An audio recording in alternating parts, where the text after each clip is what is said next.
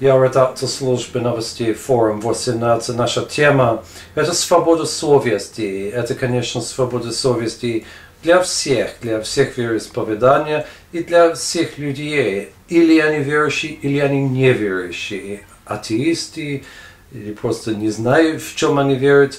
Они тоже имеют, конечно, свободу совести. Они имеют право читать любые религиозные книги, ходить по разным богослужениям разных конфессий, чтобы узнавать, что это такое, получить свободную информацию по поводу разных религий, и сами они должны решить, или они будут следить какую-то веру, или они просто уважают, но они не будут участвовать, или они просто не хотят верить. Это должно быть решение каждого человека. То есть свобода совести – это важно для всех, несмотря на то, они верующие или неверующие. Это для всех.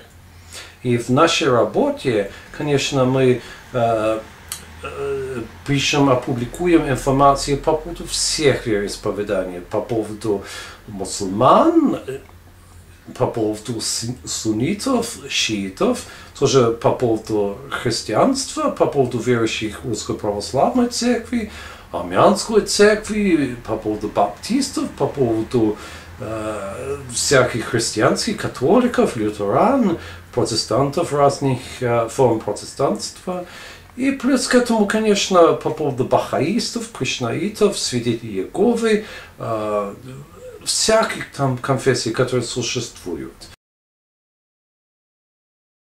Конечно, есть много стран в мире, где нет свободы совести или есть очень сильные ограничения в этом направлении.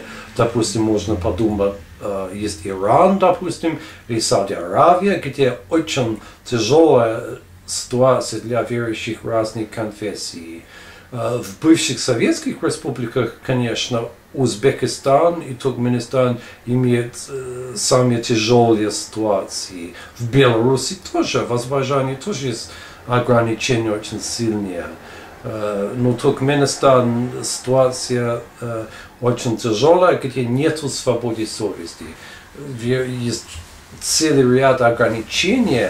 Верующие не могут свободно строить дома молитв, они не могут купить дом, чтобы использовать как дом молитвы, они не могут свободно опубликовать религиозные книги, они не могут свободно импортировать, привозить в страну из других стран религиозную литературу, распространять, или не думать о том, что можно иметь книжный магазин какой-то, или христианский, или мусульманский. Это совсем невозможно в данный момент. Они не могут свободно путешествовать по религиозным причинам, допустим, ходить на хадж, ехать в хадж в Мекку, допустим, или тоже для верующих других конфессий, если они уезжают для какой-то религиозной учебы в других государствах.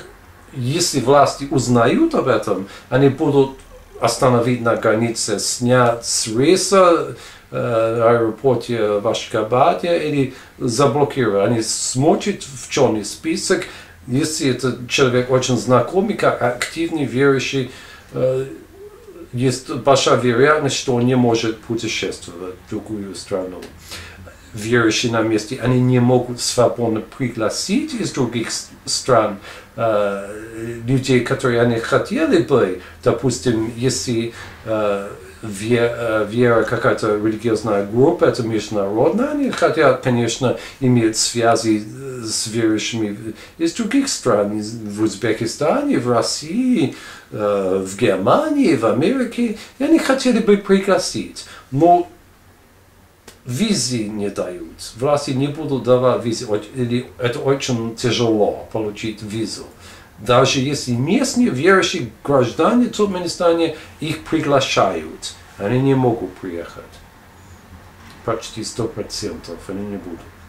есть ситуации, где они депортировали из страны тех, которые очень активно работают в религиозных организациях. Это бывало с мусульманами, с христианами, с свидетелями Иеговы, с кришнаитами. Их депортировали. Они знали, власти Туркменистана знали, что какой-то человек вполне законно жил, работал в Туркменистане, но они использовали тот факт, что он не гражданин Туркменистана, чтобы депортировать, потому что они не любят свою деятельность в своей религиозной конфессии.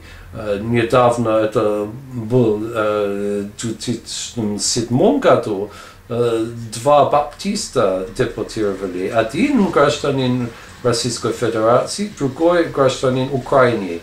Граждан Украины Вячеслав Каратаевский родился там, в Красноводске, да, тогда Красноводск это был, сейчас это Туркменбаши, там родился, это родной город, семья там, мама его, дети, жена, его депортировали, чтобы наказать, для того, что он участвовал очень активно в своей баптистской общине.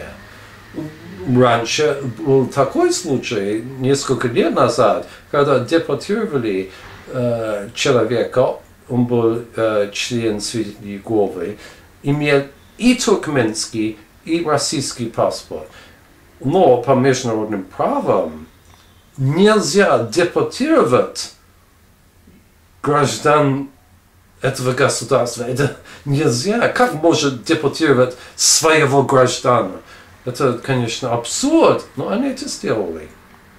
Для верующих, которые не могут служить в армии своих религиозных убеждений, это, в принципе, свидетели Иеговы, их наказывают и под уголовным кодексом. Они не могут делать альтернативную гражданскую службу, как в международных договорах это общепринято, что каждый человек, не только верующий, если кто-то имеет по совести очень сильная причина, почему он не может служить в армии, по международным стандартам он должен иметь право делать альтернативную невоенную службу, гражданскую службу. Вне армии, может быть в госпитале или в психбольнице, это очень часто не очень приятная работа.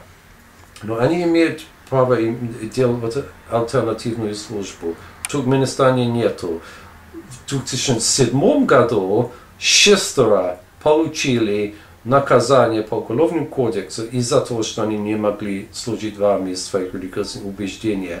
4 получили амнистию, то есть их освободили, но все-таки у них есть какой-то, это там написано в документах, в своих файлах о том, что раньше они имеют судимость. И это, конечно, влияет на свое будущее, но, в принципе, они в данный момент это нету срока для них. Двое еще из 2007 года, они имеют условное наказание. В этом году, в 2008 году, в феврале месяце, они давали наказание принудительной работы еще одному свидетелю Иеговы в городе Туркменбаши, Красноводске. И он должен 20% дохода, государство отнесет от него 20% дохода.